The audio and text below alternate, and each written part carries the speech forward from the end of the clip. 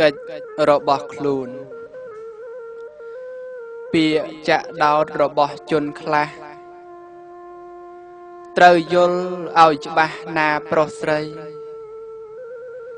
មិនគូធ្វើទុកក្នុងហរតីកម្មជនដតីគេអ្នកសាកិច្ចការទាំងឡាយទោះតូចធំកុំយកមកផ្ដុំអាប់សំណារឿងអ្នកដតីដែលគេសាងកុំចាប់ផោះតាងនាំកង្វល់សំខាន់បំផុតមើលខ្លួនឯងការងារចាត់ចែងនាំបានផលធ្វើនឹងមិនធ្វើទុកដំកល់ចូលអ្នកខ្វាយខ្វល់កម្មខ្លួនឯងពិនិត្យសិក្សាឲ្យបានច្បាស់នៅការងារខ្លះដែលស្វះស្វែងទាំងក្រុងចំការទៅចាំងចែងជីវិតផុតផ្សែងក្នុងលោកីដូចជាបរិស័ទក្នុងសាសនាបើមានគេថាចូលលោកលីតេះដៀលប្រមាថគេអប្រ័យចូលតាំងហរតីឲ្យបានមាំចូលយកខន្តីជាបង្អែក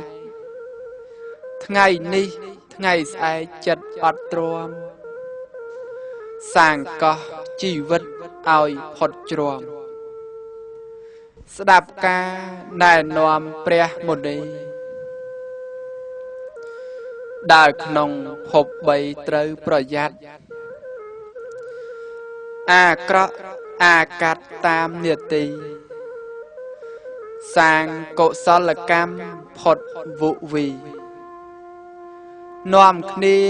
មូលមីដើរផ្លូវត្រូវ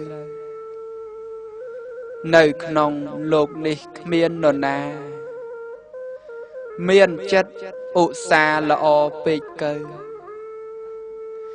ជួយជំរះបាបបានត្រឹមត្រូវក្រៅពីតម្រូវលះខ្លួនឯងសិក្សាហ្វឹកហាត់គុំបណ្ដោយគុំឲ្យស្ដាយក្រោយនាំចំបែង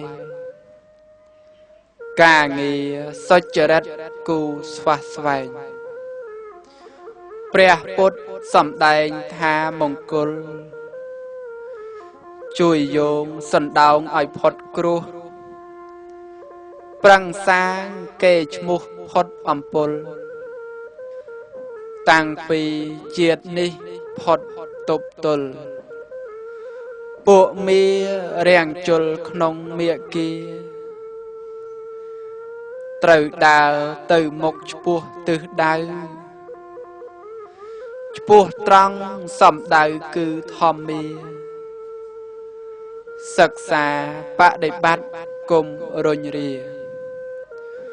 រហូតលុះគ្រាបានសម្រេចសូមអនុមោ